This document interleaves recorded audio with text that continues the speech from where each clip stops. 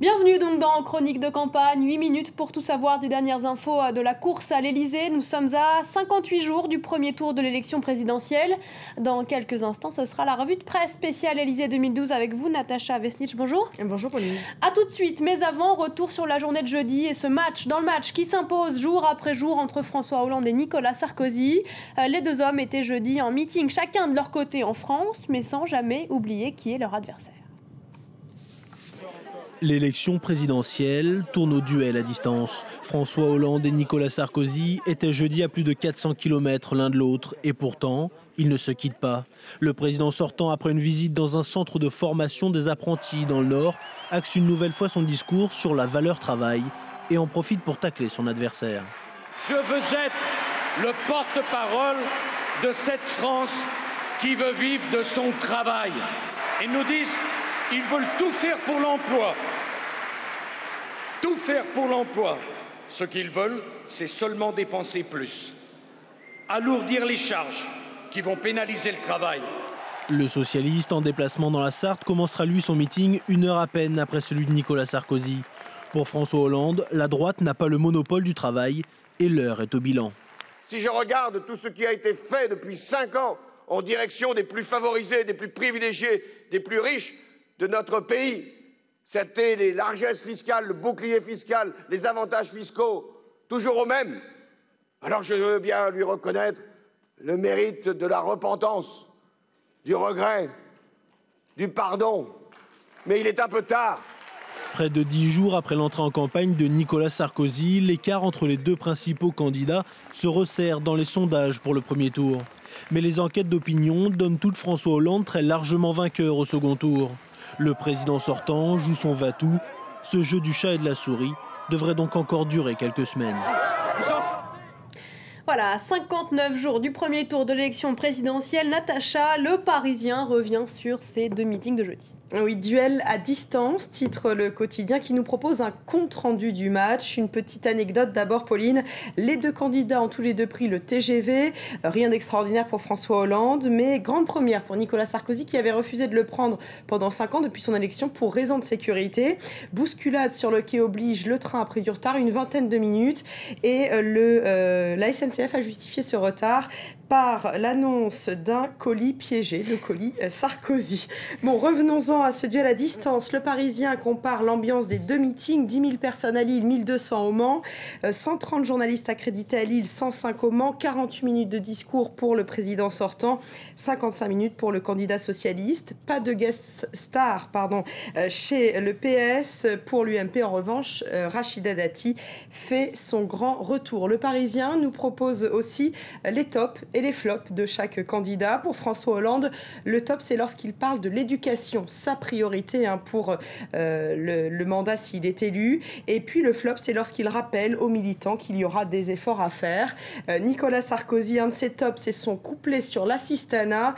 Un de ses flops, c'est lorsqu'il détaille ses propositions. Le Parisien s'interroge, est-ce que les militants décrochent parce que c'est trop technique? Alors, vous restez avec nous, Natacha. On va revenir avec vous dans quelques instants à une autre confrontation plus directe, celle-là, quoique, entre Marine Le Pen pour l'extrême droite et Jean-Luc Mélenchon à l'extrême gauche. Ils étaient les invités de nos confrères de France de jeudi soir et comme elle l'avait annoncé, la candidate du Front National a refusé de s'adresser directement à son adversaire du Front de gauche. Leurs rares échanges ont été pour le moins tendus. Écoutez. Votre mépris me laisse indifférent. Vous ne m'impressionnez d'aucune manière et j'ai en effet l'intention de combattre votre infâme parti et votre infâme politique partout où je le pourrai. Voyez-vous, je vous ai posé une question, mais vous ne me répondez pas. Parce que vous êtes une double hypocrite. Premièrement, vous réservez l'interruption volontaire de grossesse uniquement à ceux qui peuvent payer. Mais deuxièmement, vous n'osez pas dire que dorénavant, vous avez fini par comprendre que cette interruption volontaire de grossesse, plus personne ne s'y oppose. Alors que pendant 38 ans, le Front National nous a fait la guerre sur ce sujet. Voilà, pour cette passe d'armes dont on se souviendra longtemps, Natacha, qui fait les choux gras de la presse, évidemment. Oui, le Figaro parle carrément d'un clash ce matin entre les deux candidats. Il faut dire que cela avait mal commencé. Marine Le Pen avait d'abord refusé de participer à ce débat il y a quelques jours parce qu'il l'avait traité de semi-démente, de barbare et de fasciste, rien que ça.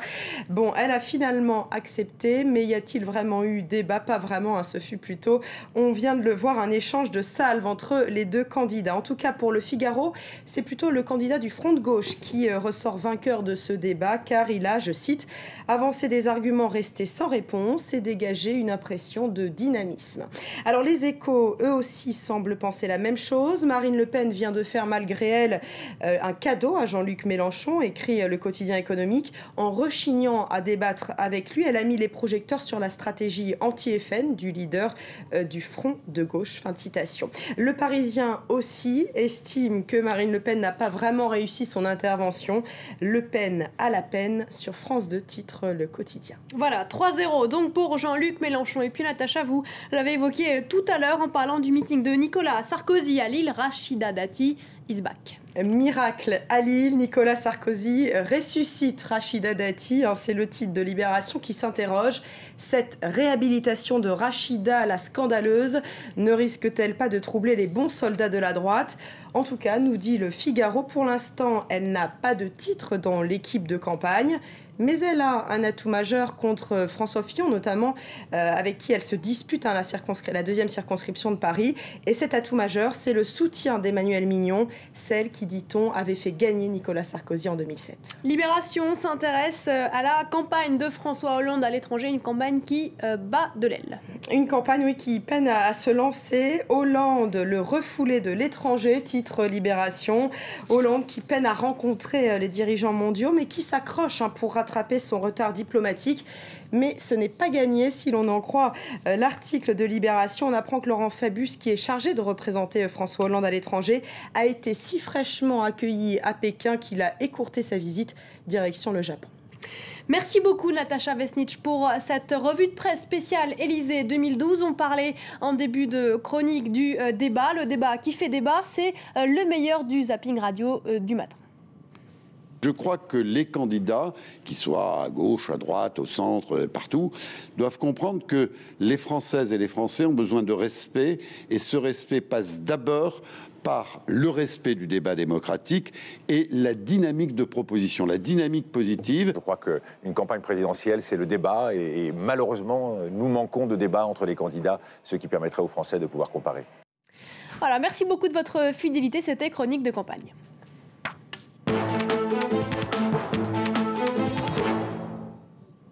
Et restez avec nous dans un instant, ce sera le journal de la culture.